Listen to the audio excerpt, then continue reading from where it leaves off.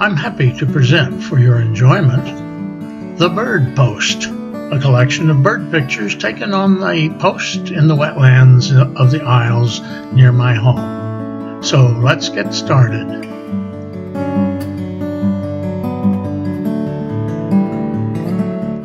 We'll begin with this eastern phoebe, not often seen but always welcome.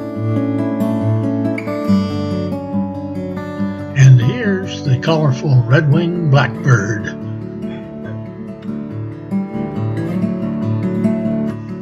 The black-bellied whistling duck is quite a capture. This bird is called a boat-tailed grackle. Obvious why.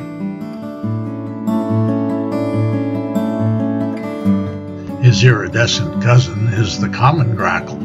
And note the bill, because this other bird with a similar bill is the female grackle.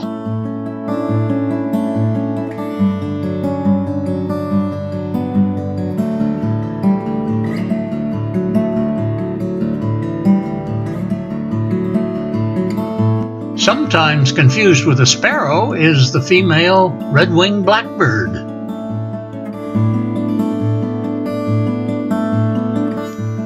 Largest of the egret family is the great egret. The long yellow bill and black legs are unique in the egret and heron families. Should you see a similar bird with yellow feet, you're looking at a snowy egret, sometimes called unofficially yellow slippers.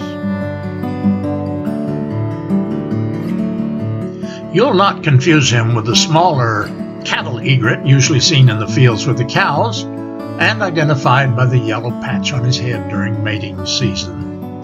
The male anhinga, sometimes called the snake bird, with his long black neck and handsome plumage, is easily distinguished from the female, who has a much lighter color to her neck. You'll know the white ibis by its long curved bill.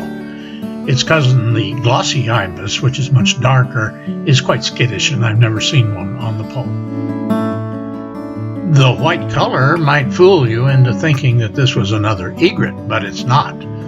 The bill and the legs tell us that it is actually a juvenile little blue heron, and he or she will grow up to look like this in a year or two.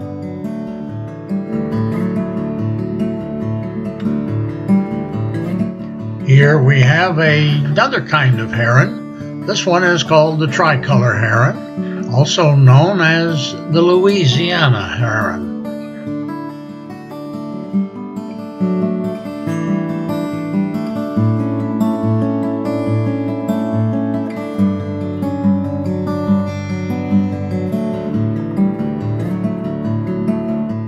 This fellow, which we've only seen once on the post, is a black-crowned night heron. The banded kingfisher is very skittish and usually flies away when we step out to take a picture. But here's a male with a fish and a female identified by the brown markings on her chest.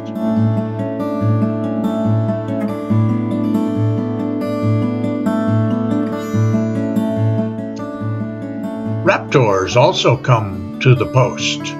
Here is a red-shouldered hawk, very common in our location, followed by a juvenile of the same species.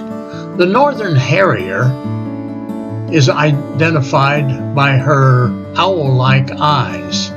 The male is gray in color. And here is another juvenile red-shouldered hawk. And finally, the king of the raptors, the American bald eagle.